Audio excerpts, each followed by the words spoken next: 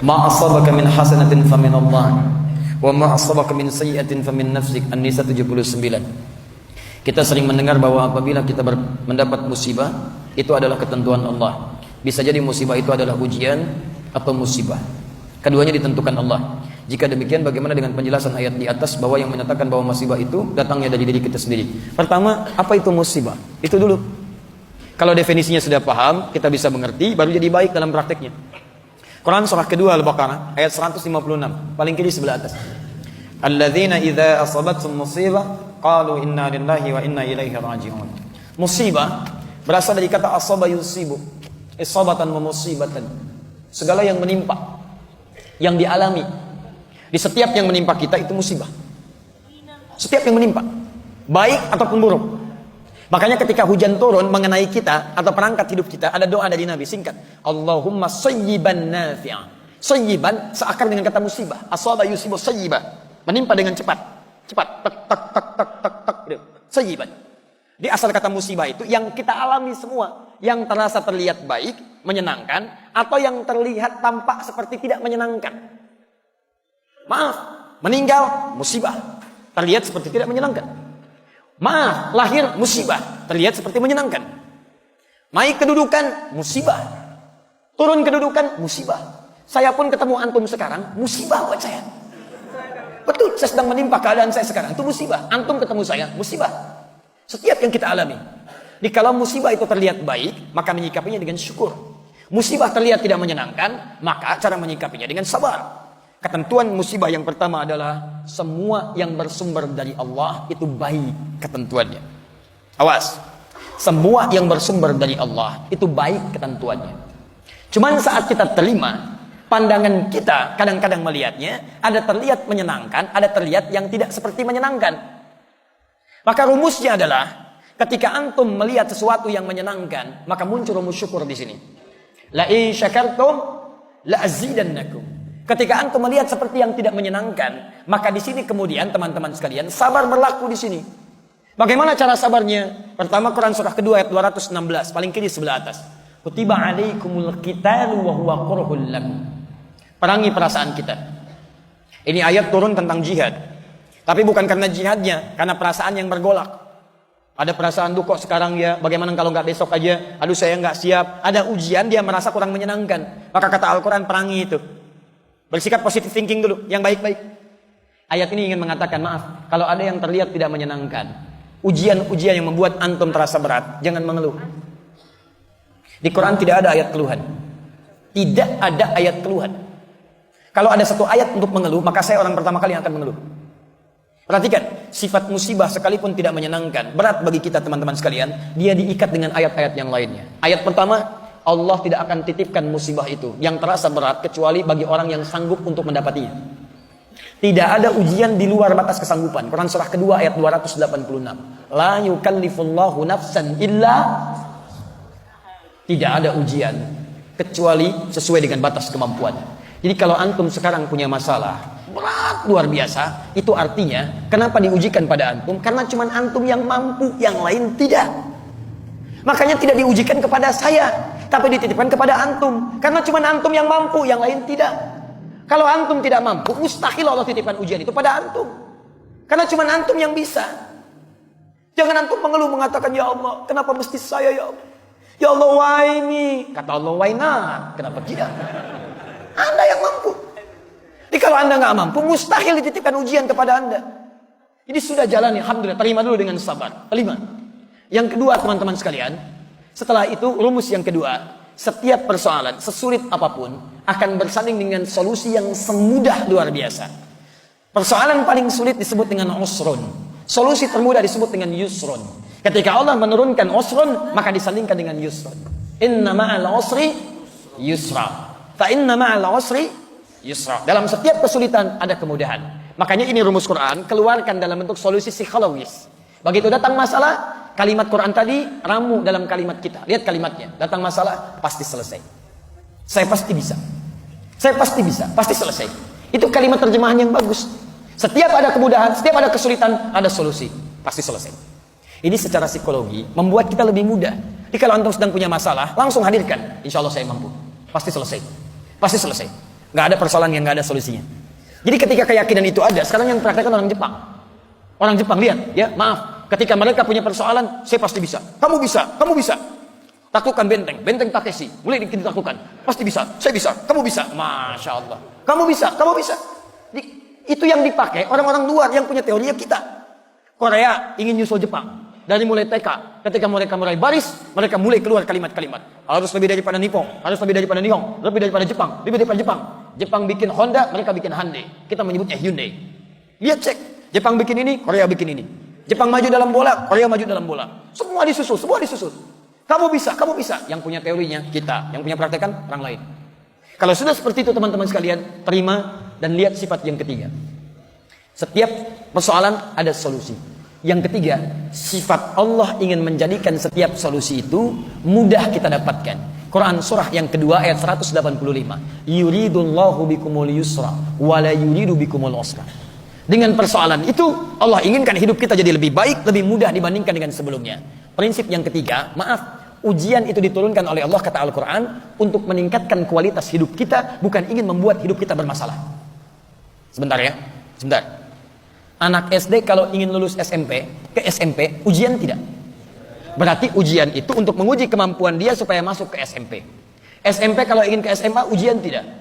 Ujian itu bukan ingin memberikan beban, tapi ingin meningkatkan pengetahuan supaya pengetahuannya setara dengan SMA. Naik. SMA ke kampus demikian seterusnya. Jadi hukum kehidupan kalau ingin meningkat kualitasnya mesti lulus ujian. Saat antum diberikan masalah oleh Allah, itu artinya antum ingin dinaikkan kelasnya supaya lebih tinggi kelas dalam kehidupannya. Makanya ketika manhaj ini hadir dalam kehidupan kita, kalau ada masalah berat, berarti antum ingin diangkat setinggi-tingginya oleh Allah Subhanahu wa taala dalam tingkat yang terbaik dalam kehidupan. Karena itulah teman-teman, bagaimana cara menyikapi ujian? Sesuai pertanyaan ini, perhatikan baik-baik. Ma asabaka min hasanatin faminallah. Pertama, antum harus sikapi ujian itu dengan hasanah. Hasanah. Misal, maaf. Antum biasa ke masjid diuji. Ujian ringan. Quran surah kedua ayat 214. Masathumul ba'sa, tiba-tiba kasih hujan gerimis. Itu ringan. Orang Arab kalau ringan mereka katakan labas. Nazil matar, labas. Turun hujan nih. Enggak apa-apa, labas. Orang Indonesia la ba'sa, satukan, labas. Lewat, ringan. Kalau antum sudah mendapatkan yang itu, naik dharra, hujan jadi deras. Masih berangkat enggak? Itu ujian. Kalau antum sikapi dengan yang tadi, Allah ingin naikkan kelas saya, berangkat pakai payung berangkat. Hujan lebih dahsyat lagi sampai banjir. Konon kabarnya sebagian dari Solo kemarin banjir, ya. Masya Allah, Allah berikan kemudahan insya Allah. Antum punya apa-apa, bantu mereka supaya keluar dari musibah yang kemudian tampak di hadapan kita itu.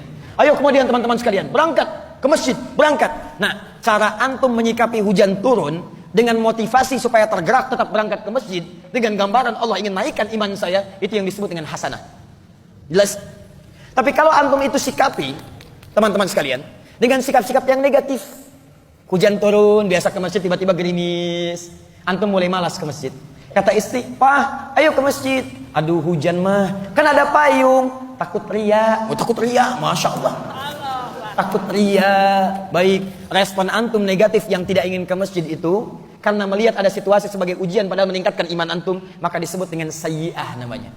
Sayyi'ah. Nah, kalau antum merespon dengan hasanah, itu bagian dari petunjuk Allah Subhanahu wa taala, tanamkan pada jiwa antum. Itu pilihan. Kalau antum ambil, berarti antum mengambil petunjuk dari Allah. Tapi kalau antum merespon dengan sayyi'ah, itu bukan dari Allah. Itu pilihan antum sendiri. Karena Allah kasih, antum gak ambil. Sifat hidayah itu selalu baik. Hidayah diberikan. Cuman persoalannya, maaf, tidak setiap orang yang diberi hidayah dia tidak mau mengambilnya. Tidak setiap orang yang diberikan hidayah, tidak semua mengambilnya. Contoh, kita diberi minuman nih. Minuman, misal. Minuman itu diberikan. Tapi apakah setiap yang diberi minuman mau mengambilnya? Sifat hidayah tidak pernah Allah tidak berikan. Semua orang hidup diberikan hidayah. Quran surah 29 ayat 69. Diambil. Walladzina jahadu fina lanahdiyannahum subulana. Orang-orang yang mau mengambil hidayah kami. Ayat itu mengatakan kami berikan. Cuman mereka mau ngambil atau tidak? Alhamdulillah. Masalahnya ketika diberikan, banyak orang yang tidak mau ngambil. Hidayah datang lewat telinga, dengar azan, Allahu Akbar, Allahu Akbar. Kok telinga antum bisa dengar azan? Artinya antum diberi hidayah. Tapi apakah setiap yang dengar azan mau ke masjid? Belum tentu. Nih, antum lewat tuh, banyak orang lewat ke masjid dari mulai subuh. Pertanyaannya, kok bisa lewatnya depan sini? Padahal bisa lewat depan tempat yang lain. Kok kenapa antum diperjalankan bisa lewat masjid? Itu hidayah lewat mata. Cuman tidak setiap orang yang melihat masjid bisa mau ke masjid. Persoalannya maaf, bukan karena Allah nggak kasih, hasanahnya Allah kasih. Cuman respon kita apakah mengambil atau tidak, itu sikap antum. Kalau antum ambil, itu bagian dari petunjuk, yang diambil itu hasanah. Kalau antum tidak ambil, itu dari pribadi antum, namanya sayyi'ah. Makanya turun ayat dengan antum tadi tuliskan. An-Nisa ayat 79. Ma asawaka min hasanatin famin Allah. Kalau diambil kebaikan itu, maka antum mengambil kebaikan dari Allah. Wa ma asawaka min sayyi'atin famin nafsik. Allah sudah kasih kebaikan, antum malah putuskan yang salah, maka itu dari pribadi antum sendiri. Jangan kaitkan kesalahan dengan ketentuan Allah Subhanahu wa taala, karena itu bagian dari pilihan antum berdasarkan ketetapan yang Allah telah tetapkan dalam kehidupan. Paham tentang ayat ini? Sekarang pilihan bagi kita, saya sudah menyampaikan ayatnya, sudah menerangkan hadisnya, sudah menjelaskan konsepnya. Tinggal antum ingin menjadi hasanah atau ingin masuk dalam bagian sayyi'ah. Maaf, kalau cuma berlomba untuk mendapatkan sayyi'ah, antum terlambat. Sudah ada Qarun yang duluan, sudah ada Fir'aun yang duluan, sudah ada Abu Lahab, sudah ada Abu Jahal, sudah ada abu-abu yang lainnya, yang semua sudah menjadi abu. Kalau antum ingin berlomba, antum ketinggalan. Saatnya kita berubah. Ayo, sekali lagi, bantu negara ini, bantu dunia saat ini, yang sudah muncul banyak keburukan-keburukan, maksiat sudah di mana-mana, bahkan sudah berlomba dengan binatang telanjang, gak malu, wajar, gak punya takwa. Lihat delman keliling Solo, gak pakai celana, gak akan malu. Biasa aja. Tapi antum berlomba, ingin melepas pakaian-pakaian, antum ketinggalan teman-teman. Kalau cuma kontes melepas busana, binatang lebih jagoan. Makanya kita dibedakan dengan binatang menggunakan pakaian. Karena itu teman-teman sekalian, ayo kita tunjukkan. Akan muncul generasi sekarang yang kembali pada Al-Quran. Dan wanginya sudah tercium. Karena setiap tempat majlis sudah mulai ramai. Al-Quran sudah bergema. Rumah Quran sudah menyebar di mana-mana.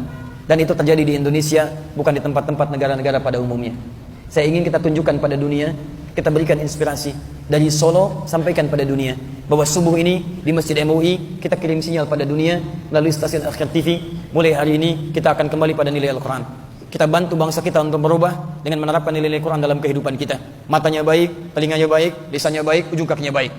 Kita isi masa depan kita. Ke depan mesti ada presiden yang ahli Quran, gubernur yang ahli Quran, pengusaha ahli Quran, dia diplomat ahli Quran, militer ahli Quran. Terapkan dalam kehidupan. Yang dengan itu semua insya Allah, maka negeri ini akan jadi negeri baldatun thayyibatun wa rabbun ghafur, dan kemudian akan dicapai seperti Allah pernah berikan rahmatnya, seperti kita pernah dapatkan di masa-masa yang lalu. Teman-teman, bangun dari mimpi.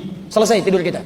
Kita mesti bangun. Ayo yang pengusaha, kumpul dengan sesama pengusaha. Mulai dari Solo teman-teman sekalian, kumpul antum, pelajari Qurannya, turunkan hadisnya, kompak, undang ustadznya, terangkan manhaj bisnis dalam Al-Quran, bangun supermarketnya, bangun segala kemuliaannya, hadirkan itu dalam kehidupan.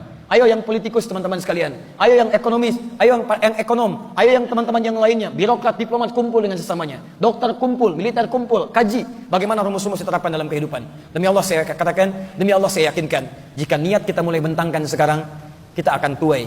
Kita akan panen hasil itu di masa-masa depan berikutnya. Siap insya Allah? Siap insya Allah? Baik, teman-teman sekalian, saya undang antum tanggal 17 Desember 2 pekan dari sekarang, kami akan ada momentum Hari Al-Quran di Masjid Istiqlal. Di situ kita akan ajarkan berkumpul dengan ahli Al-Quran. Ada yang maaf mungkin tidak bisa melihat, ada yang cuman aktivitasnya beca tapi ahli Al-Quran. Ada ahli Quran dari anak kecil, ada ahli Quran dari remaja, ada imam-imam Quran, ada orang dewasa ahli Quran, ada duta besar ahli Quran, ada tetangga dari Malaysia ahli Quran, ada teman-teman yang lain ahli Quran. Kita akan berkumpul di Istiqlal. Kami undang antum, mari menjadi bagian dari sejarah. Karena kita akan berikrar dari Indonesia menuju ahli Quran, menuju negeri Quran. Kita akan kirim sinyal ke dunia dan berikrar menyemarakan Quran dalam kehidupan kita. Teman-teman, takbir. Takbir. Disitulah kita akan melihat, mungkin bukan kita pelakunya, kita hanya menginisiasi. Mungkin beberapa tahun ke depan kita akan menikmati saat kita ada di alam kubur dengan panggilan ya ayat Tuhan nafsul mutmainnah. Pahala itu akan mengalir, surga itu akan dinanti. Kita berlomba, teman-teman, yang lain sudah berjihad dengan jihad sesuai dengan kemampuannya. Maka kita berjihad dengan kemampuan kita. Ayo berjihad dengan hartanya, berjihad dengan ilmunya, berjihad dengan tenaganya. Minimal kita berjihad membangkitkan negeri kita ini, sehingga negeri kita ini bangun dari tidurnya jadi negeri yang baik, jadi negeri yang dominan dalam kehidupan kita insyaallah. Subhanakallahumma wa bihamdika asyhadu an la ilaha illa anta astaghfiruka wa atubu ilaik. Rabbana atina fid dunya hasanah fil akhirati hasanah wa qina adzabannar. Bi fadlika subhanakallahumma wa bihamdika allahumma ighfirli Allahumma ighfir lana ya rabbal alamin. Wa akhiru da'wana alhamdulillahi rabbil alamin. Wal 'afwu minkum. Assalamu alaikum warahmatullahi wabarakatuh.